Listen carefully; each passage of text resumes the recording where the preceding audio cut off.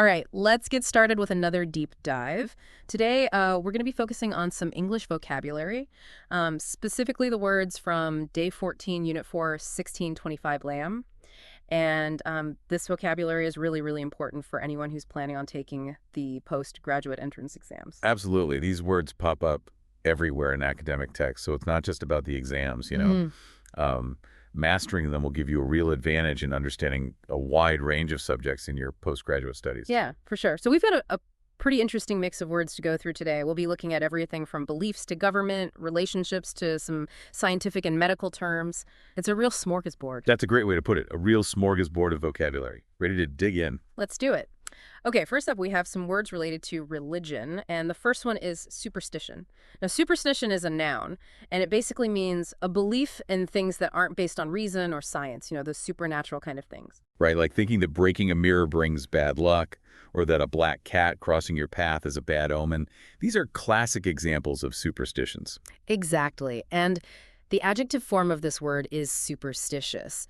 So you could say, it's superstitious to believe that walking under a ladder brings bad luck.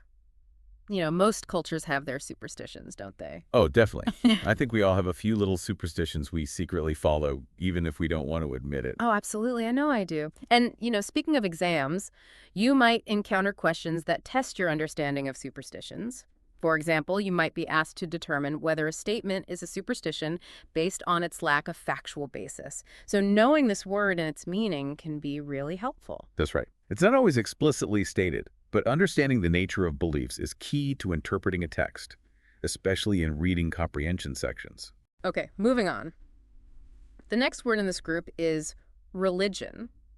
Now, this one is also a noun and refers to, well, a system of faith and worship. Beliefs about the divine or the supernatural.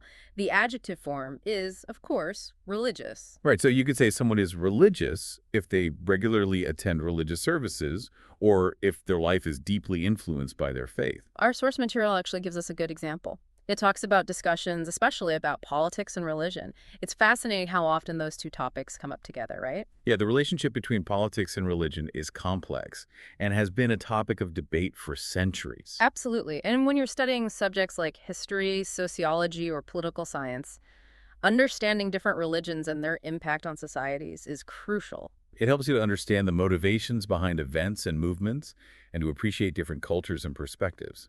Discussions about religion can be quite sensitive, though, so it's important to use vocabulary accurately and respectfully. For sure, yeah. Okay, next we have regime, and this one's a noun too.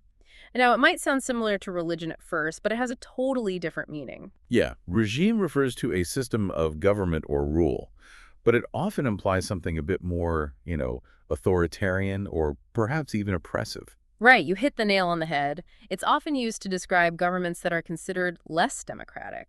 Our source gives some examples.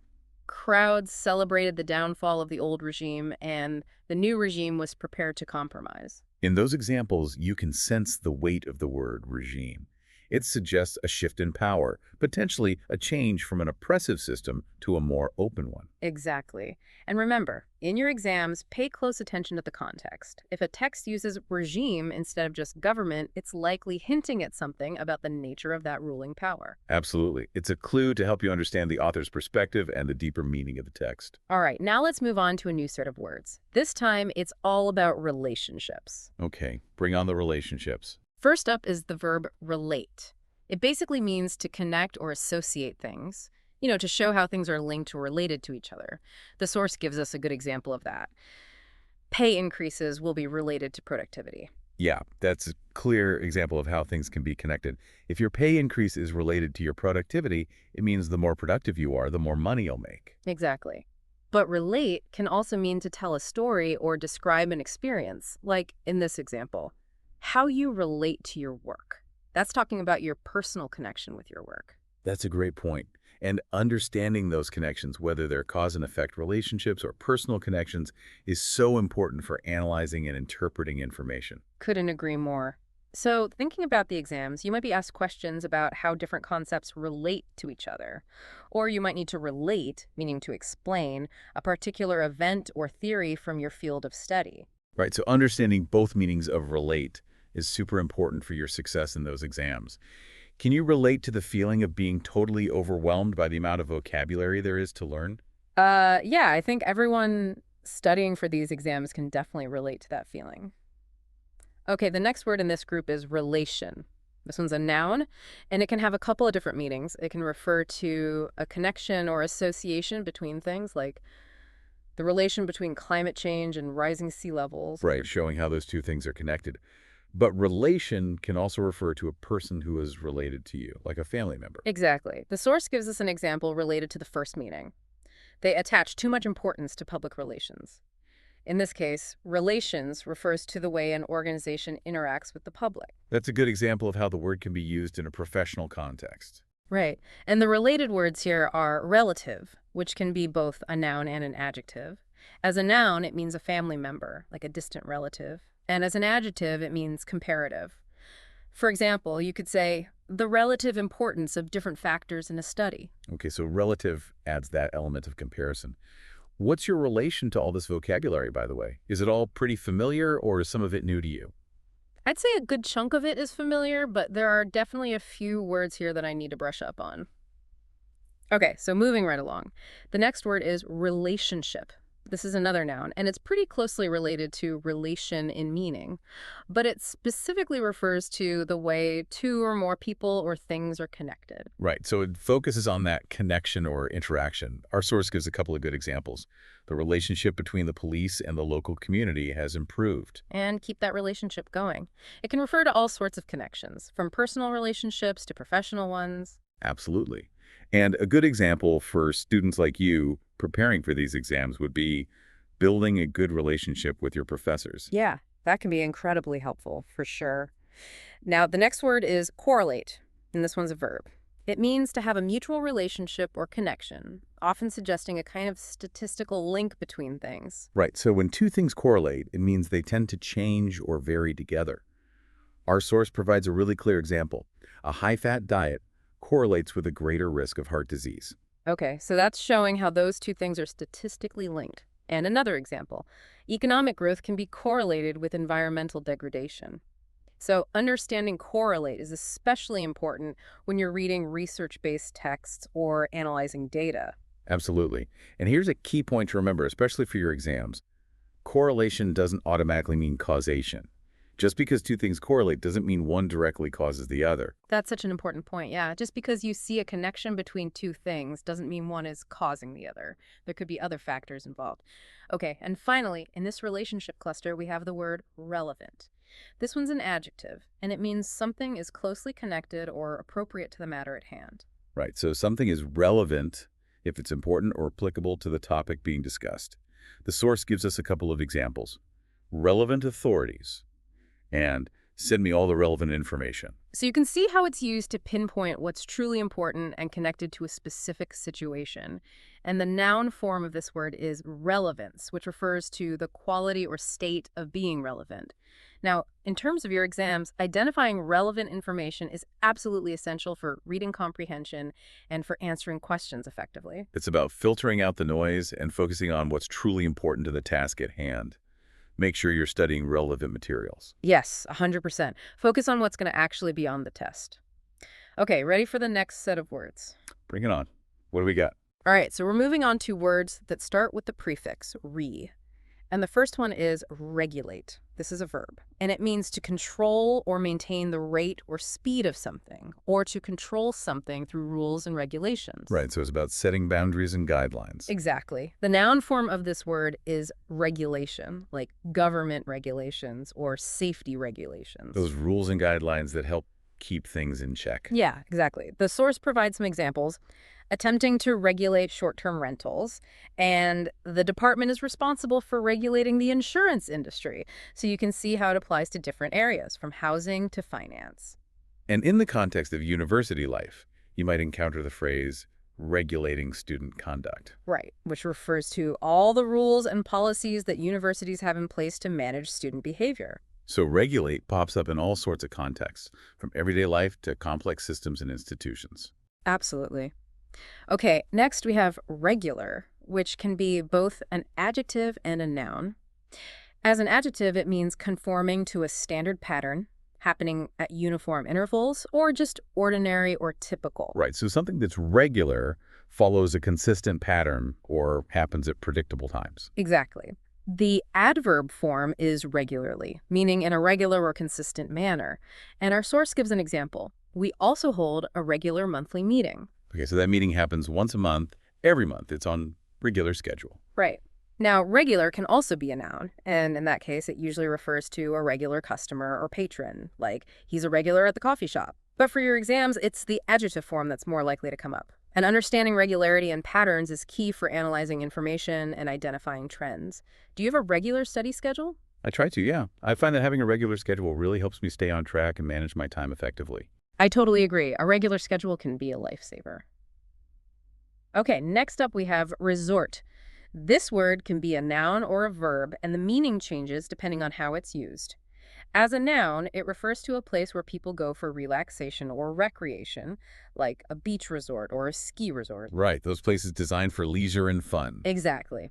But as a verb, resort, usually followed by the preposition to, means to turn to something as a last option, often because other methods have failed. Right, it suggests a sense of desperation or having no other choice, like they had to resort to drastic measures, or we resorted to using a backup generator when the power went out. Yeah, good examples. And our source provides one too. We had to resort to another loan. So you can see how it implies a sense of necessity or being forced into a particular action. Exactly. And thinking about exam preparation, try not to resort to cramming everything in the last minute. Oh, that's good advice. Cramming is rarely effective, and it usually just leads to more stress. Much better to have a regular study plan and stick to it. Prevention is better than cure, as they say. Absolutely. Okay, the last word in this regroup is release. This one can also be a noun or a verb, and again, the meaning depends on the context. As a verb, it means to allow to move, act, or flow freely, or to make something available to the public. Okay, so it can refer to both physical release, like releasing a prisoner from jail, and informational release, like releasing a news report. Exactly. Our source gives some good examples of both. He was released without charge, signed release agreements, and public release of the report. Yeah, those examples cover the legal, contractual, and informational aspects of the word. And in the context of university life, you might be eagerly awaiting the release of exam results or admission decisions. Oh, for sure. That's definitely a release that creates a lot of anticipation. Yeah, it's a big moment for students. Okay, ready for the next set of words? Absolutely. Let's keep going. All right, so this next group is all about publish, or wuka in Chinese. And the first word we're going to look at is bulletin. This one's a noun, and it means a short official statement or a piece of news. Right. It's a way to announce something publicly or to make information widely known. Our source gives a couple of good examples. The government will issue an official bulletin. And we posted bulletins all day long. So think of it as a concise announcement or update. Often, universities will use bulletins to communicate important information to students. Did you happen to see the latest bulletin from the postgraduate department? Yes, I did. It had some important updates about upcoming application deadlines. Okay, good. It's always a good idea to keep an eye out for those bulletins. They often contain important information. All right, the next word is publicity, also a noun. And this one refers to information or actions that are intended to attract public attention. Right, so it's about getting the word out and making something known to a wider audience. Exactly. The source gives some examples. Quote, a great deal of publicity surrounding his disappearance and good publicity for our school. So publicity can be both positive and negative, depending on the situation. And it plays a big role in fields like marketing, public relations, and media studies. Absolutely. Universities are often concerned about their public image and how they are portrayed in the media, so they pay close attention to publicity. They want to make sure they're attracting students and research funding. Right, for sure. Okay, the next word in this group is publish, which is a verb. It means to issue a book, journal, or other written work for public sale, or to make information generally known. Right. It's about making something accessible to a wider audience, whether it's a book, an article, or research findings. Exactly. And the related nouns are publication, meaning the thing that's published, and publisher, meaning the person or company that publishes it. Right. So you might refer to a scientific publication or a book publisher. Exactly. The source provides a couple of examples. Many plays were published anonymously, meaning the authors didn't reveal their names, and they published more than 1.2 million articles. Now, publish is an incredibly important word in the academic world. Publishing research findings is essential for sharing knowledge and advancing your field of study. Absolutely. It's how scholars communicate their work and contribute to the body of knowledge in their discipline. So for anyone considering postgraduate studies, getting published is a big deal. It's a major milestone, for sure. When are you hoping to publish your first academic paper? Hopefully soon. I'm working on a research project right now that I think has the potential to be publishable, so fingers crossed. That's great. Best of luck with it. Okay, moving on to punish, which is a verb. It means to inflict a penalty or consequence on someone for a wrongdoing. Right. It's about holding someone accountable for their actions and imposing some kind of consequence. The noun form is punishment, like the punishment for cheating on an exam. Exactly. Right. And the source gives a simple example. My parents used to punish me. Now, universities take academic dishonesty very seriously, and there can be significant punishments for things like plagiarism or cheating. Absolutely. Those actions can result in failing grades, suspension, or even expulsion. So it's really important to understand and follow the rules of academic integrity. Don't even think about plagiarizing. Right, it's just not worth the risk. The consequences are way too severe. Okay, next we have issue, which can be both a noun and a verb. As a noun, it has a couple of different meanings. It can refer to an important topic or problem that people are discussing or debating. Right, like a social issue or a political issue. Exactly. Or it can refer to a single copy of a magazine or journal, like the latest issue of the magazine. Right, so it can refer to both a topic of discussion and a physical publication. Yeah, it's all about context. Our source gives examples of both. They issued a special set of stamps and discussing the issue in private. Okay, so the first example refers to a physical issue, a set of stamps, and the second example refers to a topic of discussion. Exactly. And as a verb, issue means to supply or make available officially, like the government issued a statement. What are some of the key issues in your field of study that researchers are currently grappling with? Well, in my field, some of the big issues revolve around the ethical implications of new technologies, the impact of climate change, and access to healthcare. Those are just a few of the major issues that are generating a lot of discussion and research. Yeah, those are all incredibly important and complex issues. Okay, the next word is tissue, and this one's a noun. It has two main meanings. It can refer to soft, absorbent paper, like the kind you use to blow your nose. Right, or to clean up spills. I always keep a box of tissues handy just in case. Could you pass me a tissue, please? Sure, here you go. Thanks. But tissue can also refer to biological material that makes up plants and animals. Right, like muscle tissue or plant tissue. Exactly. Our source gives examples of both meanings. Dyes were extracted by boiling the plant tissue, and she scrubbed at her face with the tissue. So again, the context will tell you which meaning is intended. And for your exams, it's always important to pay attention to the context to determine the correct meaning of a word. Absolutely. Okay, and the final word in this group is phenomenon, which is a noun. It refers to a fact or situation that is observed to exist or happen, especially one whose cause or explanation is in question. Right, it's something that is noticeable or remarkable, often something that's not fully understood. Our source gives some good examples. Globalization is a phenomenon of the 21st century, and Harry Potter was the greatest book publishing phenomenon ever. So, phenomenon can refer to both natural occurrences and cultural trends. Exactly, and the plural form of phenomenon is phenomena. Social media has become a huge cultural phenomenon, hasn't it? It definitely has, and its impact on communication, relationships, and even politics is a major subject of research and discussion. Yeah, for sure. Okay, ready to tackle the next set of words. Bring it on.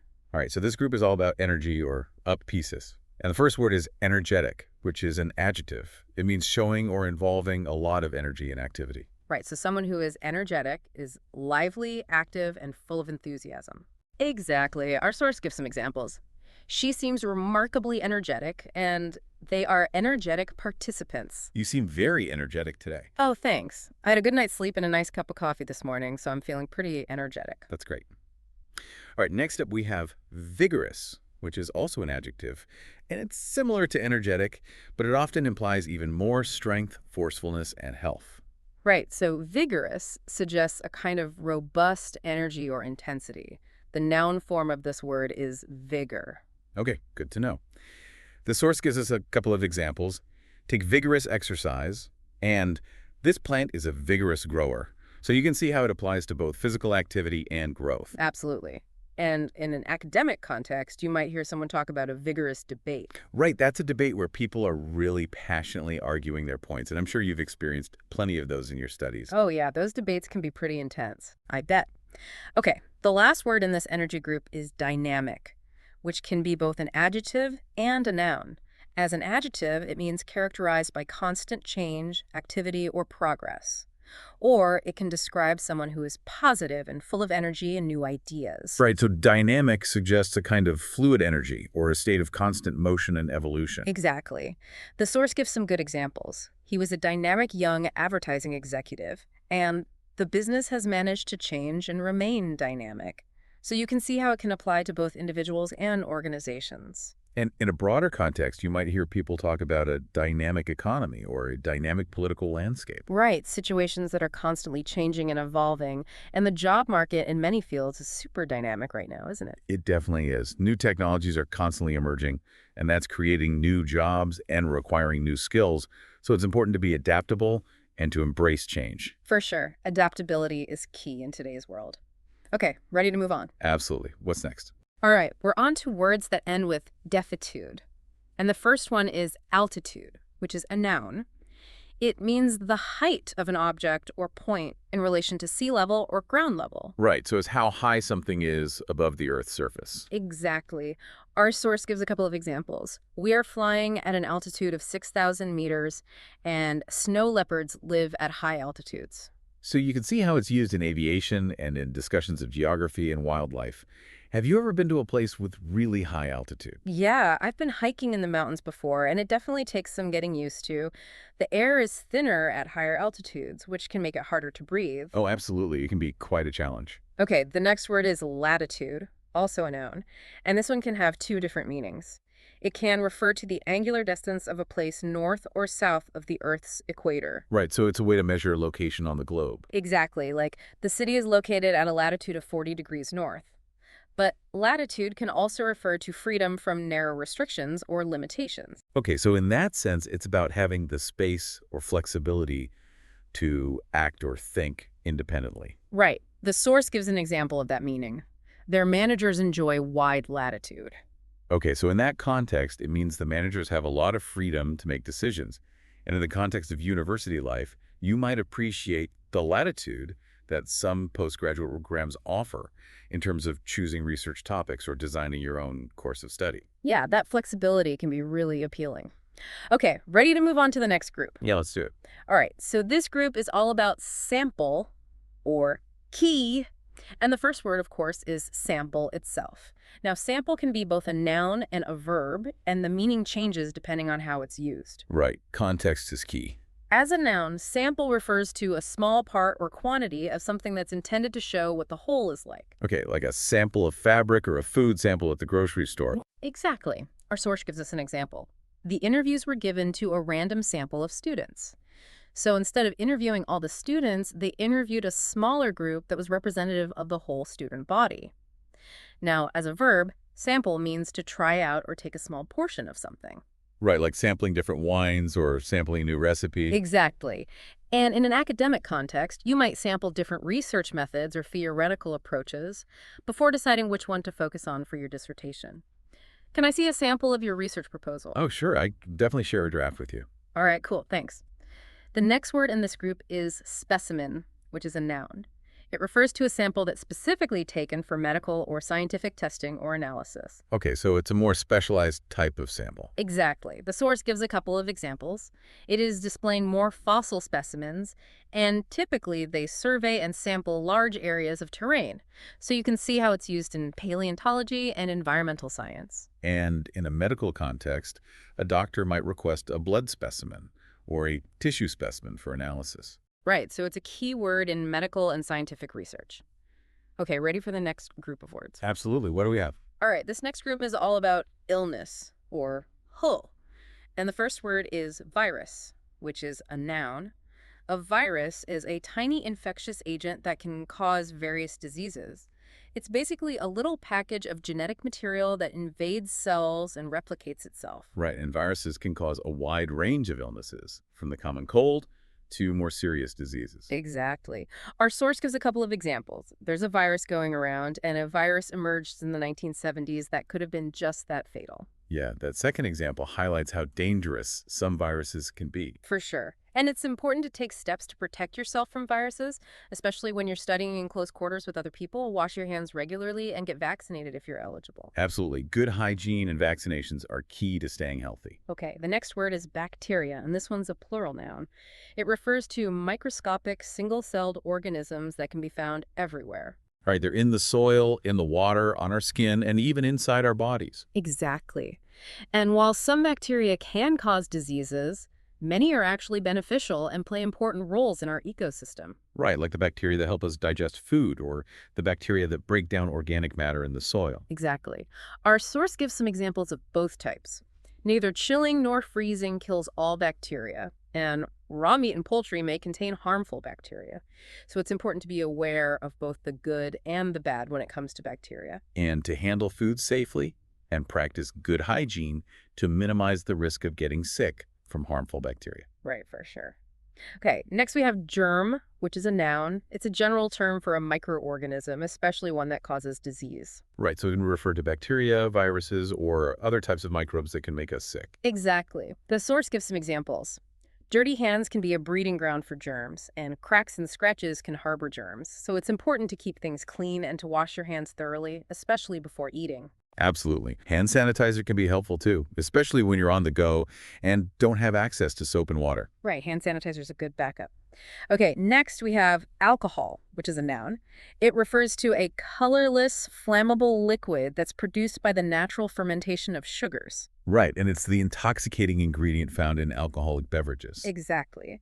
Our source gives a couple of examples. Alcohol should only be consumed in moderation, and avoid alcohol and coffee. Now, excessive alcohol consumption can have a negative impact on your health and your studies, so it's important to be mindful of your alcohol intake, especially when you're preparing for exams. Absolutely. Too much alcohol can interfere with sleep, impair memory, and make it harder to concentrate. So moderation is key.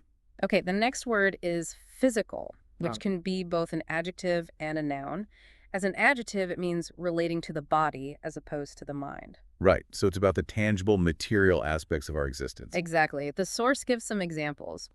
All subjects undergo a physical examination and use the physical substance of the land itself. So you can see how it's used in medicine to refer to the body, and in discussions of geography to refer to the material world. Right. And it's important to remember that your physical health is closely linked to your mental health. Absolutely. Taking care of your body through exercise, good nutrition, and enough sleep can have a positive impact on your mood, your energy levels, and your ability to focus. Yeah, it's all connected. Okay, next we have physician, which is a noun. It refers to a medical doctor. Right, a professional who diagnoses and treats illnesses and injuries. Exactly. The source gives a couple of examples. He became the president's personal physician, and my father is busy because he is a physician. If you're not feeling well, it's always a good idea to see a physician to get a proper diagnosis and treatment plan. Absolutely. Self-diagnosing can be risky, and it's always best to consult a medical professional. Okay, and the last word in this illness group is mental, which is an adjective. It means relating to the mind. Right, so it encompasses our thoughts, emotions, and mental processes. Exactly. The source gives a couple of examples. The experience caused her huge amounts of mental suffering, and our mental health doesn't really go anywhere. Taking care of your mental health is just as important as taking care of your physical health. Couldn't agree more. Make sure you're managing stress effectively, getting enough rest, and connecting with supportive people. Absolutely. And don't hesitate to seek professional help if you need it. There's no shame in asking for support. Okay, ready for the next group of words. Bring it on. All right, we're on to words ending in total. And the first one is fundamental, which can be both an adjective and a noun. As an adjective, it means basic or essential. Right, something that's fundamental is the foundation or the basis for something else. Exactly. The source gives a good example. Hard work is fundamental to success. Okay, so hard work is seen as an essential ingredient for success. You can't achieve success without it. Right. Now, fundamental can also be a noun, and in that case, it refers to a basic principle or rule.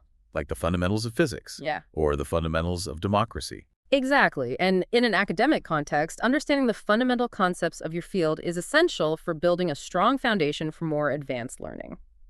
Okay, the next word is refund, which can be both a noun and a verb. As a noun, it refers to money that is returned to you, usually because you returned something you bought or because a service wasn't provided as promised. Right, like getting a refund for a defective product or for a canceled flight. Exactly. And as a verb, refund means to give someone their money back. Like the store.